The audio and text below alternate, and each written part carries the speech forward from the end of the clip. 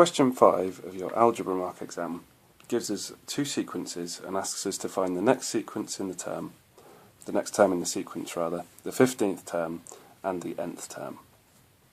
So what we're looking at here is we've got, for the A part, we've got 5, 9, 13, 17 and 21. So we've got 5, 9, 13, 17 and 21. Now if we look at the order that these ascend in, we can see that to get from 5 to 9 we need to add 4.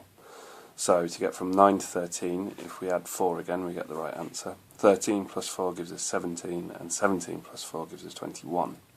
So what that means is that if we do 21 plus 4 we get 25, which is the next sequence, the next term in the sequence rather. So what we need to remember is that this is the first term, this is the second term, this is the third term, this is the fourth term, and so on and so forth.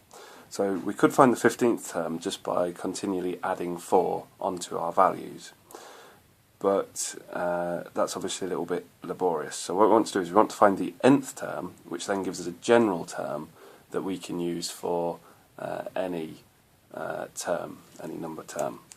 So first of all, let's look at what we're going up in first of all. We said we're going up in 4s, so that 4 that we add on each time actually becomes our multiplier.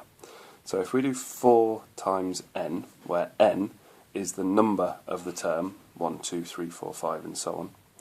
So if we take the first term here, term number 1, 4 times 1 gives us 4. So then we need to think, well, how do I get from that 4 to 5? Well, I need to plus 1. And then if we look at the second term and see if this works for that one, then we've found the nth term. So in this case, n is 2, because it's the second term, so it's n is 2. 4 times 2 is 8, plus 1 gives us 9.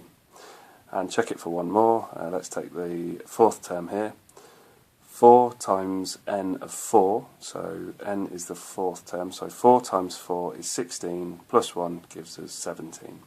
So this is the nth term of this sequence, 4n plus 1.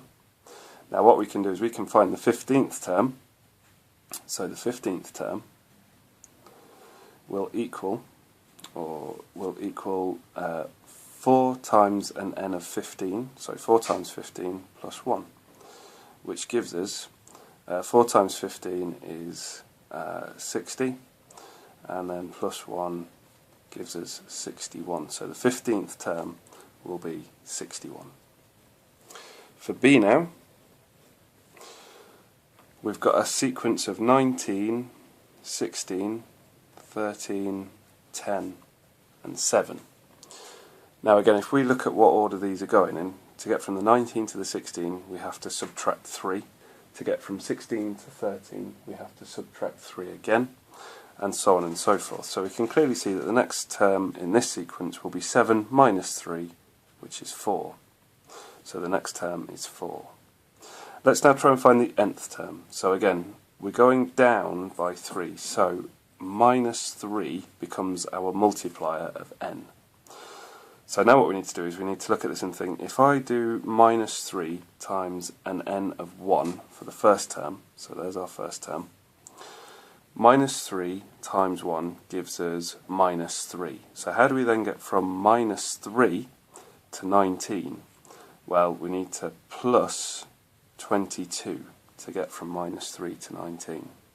Let's see if it works when n is 2 for our second term. So minus 3 times 2 gives us minus 6, and therefore something's gone wrong here.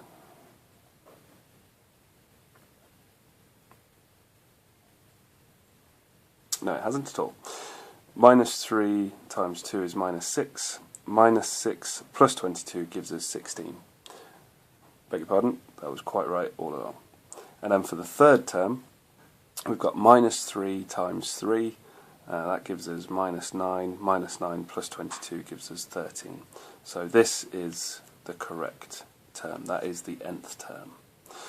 Let's now find the 15th term. So the 15th term will be equal to minus 3 times 15, because we're looking for the 15th term, so we replace the n with 15, and then we plus 22. So let's look at this now. Minus 3 times 15 gives us minus 45. Minus 45 plus 22 will give us 23, minus 23.